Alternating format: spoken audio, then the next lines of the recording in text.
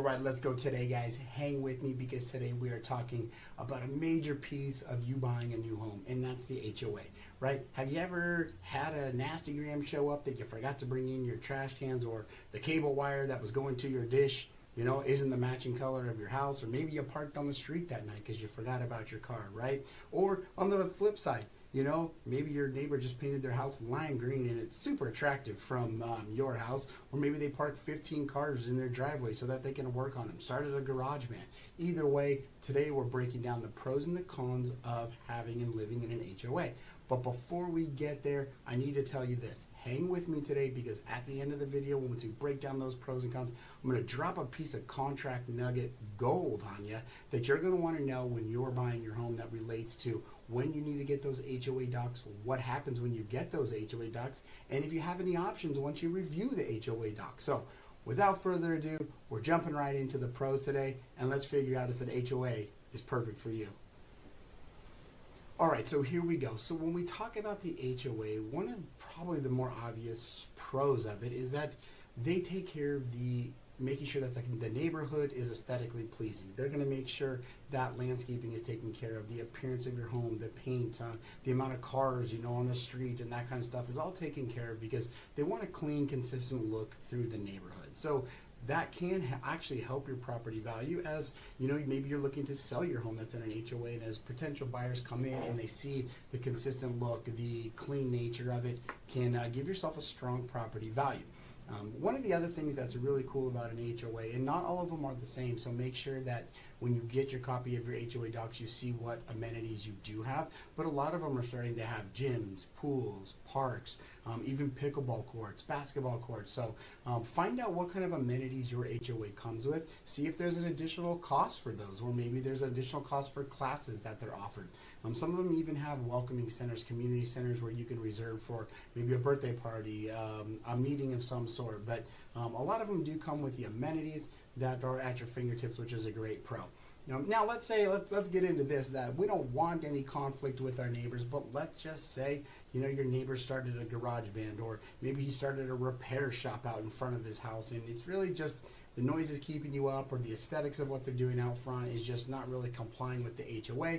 You can actually take that to the board. They'll go ahead and handle the situation for you, which saves you the trouble and really the conflict of going over and handling it yourself, which is, not always the best thing to do. Now, they're also going to handle a lot of your common area maintenance stuff, whether you got street lights or little parks that are inside your subdivision, they're going to take care of the cleanliness of that. So if you're going for a walk, maybe it's the pets, maybe it's the kids, maybe by yourself, you're just going to have clean areas to walk through, and they're going to be covering that for you. And that really even ties right back into the amenities section, right? A lot of us, when it gets hot, we want to have that pool, but we don't want to have the expense of taking care of it. We don't want to hire the pool guy. We don't know what happens when it turns green. But if your community has a pool that's supported by the HOA, then they're going to take care of all that for you. So you get all the benefits of having the pool, but without having any of the actual responsibilities of taking care of it yourself. So always something good to look at. And then just don't forget that HOA does provide a sense of community. A lot of HOAs will put on holiday events or farmers markets, things like that, where you can go and just kind of meet some of your neighbors, meet people in the community, and just give you a sense of togetherness. So there are a lot of pros when we start talking about the HOA, so it's definitely some stuff to take a look at.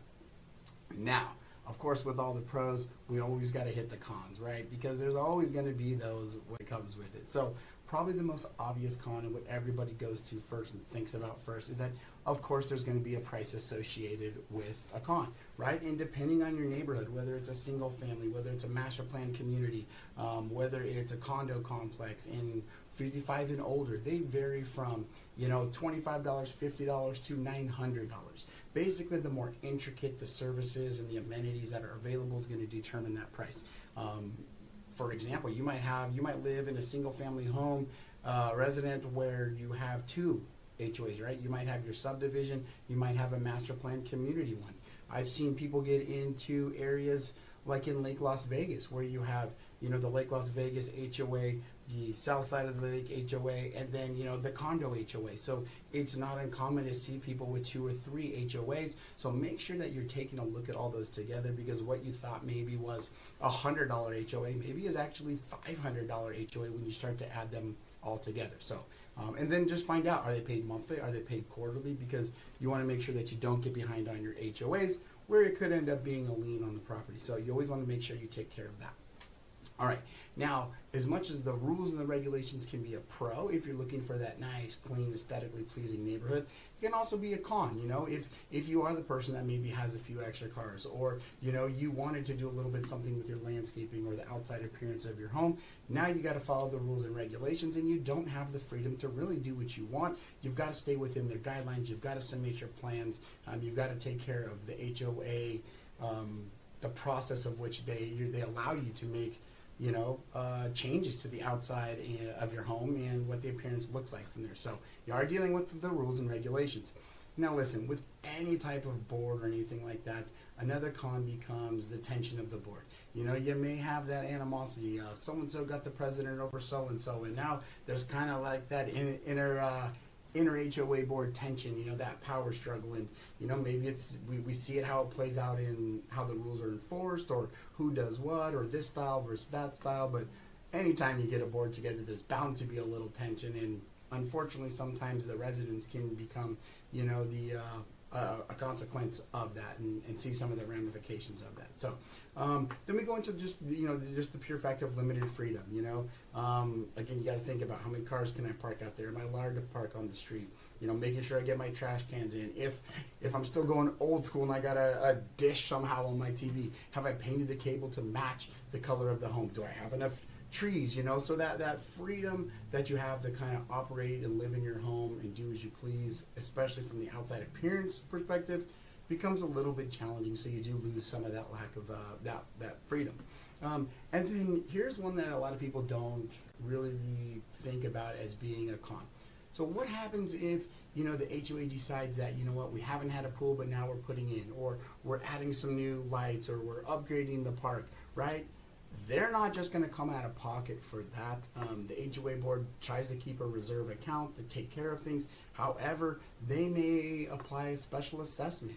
That doesn't happen in all cases, but you need to be aware that if they do an upgrade or remodel or something like that, it could come in the form of a special assessment. So now you have your normal HOA, and now you got to start making these special assessment fees to replenish maybe the reserve, if that's what was used to purchase this and fund this new remodel. So regardless of those and how you feel, whether you like the pros, you hate the pros, the cons, whatever, however you do your balancing act, the bottom line is every property is going to be either in an HOA or outside of an HOA, and it becomes important for you to understand which one you are, and if you are an HOA, to go through and read the fine print to make sure that you can live with those, because whether it's a year, 5 years, or 10 years, once you move into that HOA, you're stuck following those rules as long as you live in that home.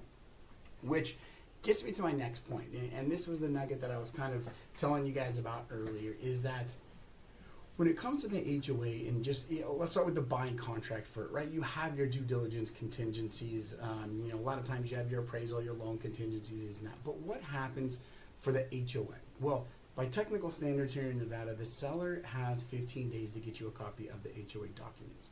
Once you get those, whether it's on day 5, whether it's on day 11, you have 5 days to review those and do your HOA due diligence. So whether you want to talk to your agent, see if they can get you any of the answers, whether you need to be prepared to call the HOA board to get some clarification, that 5 days once you receive those and sign off that they've been received is your due diligence to make sure that you can live by the standards set forth by the HOA. Okay. Now, we don't know what the future is going to bring. Maybe the HOA board votes on something and they put something in later. That's really out of our control. But during those 5 days, you need to take a look at where they are, what they're implementing now, and does it work for you. I will tell you this, whether you do or you don't, of course, there's pros and cons of both. I happen to live in one, and I think they do a lot of good things for us. And like mine, I have a subdivision one and a master plan community one. But I was able to go through that previously. I looked into it. I was good with everything because I knew what was expected out of me as a homeowner and what was expected out of the HOA. So when it comes to that, make sure you do your due diligence, ask your questions, because nobody wants to move into a property and you get stuck with the HOA that you just don't want to be in. So, like always, if you have any other questions regarding this or any other topic here in Nevada about real estate, give me a call, shoot me a message. I'm here for you. My number's always included. I'll pop it up again right here. But have a great day, and until we talk, enjoy yourself.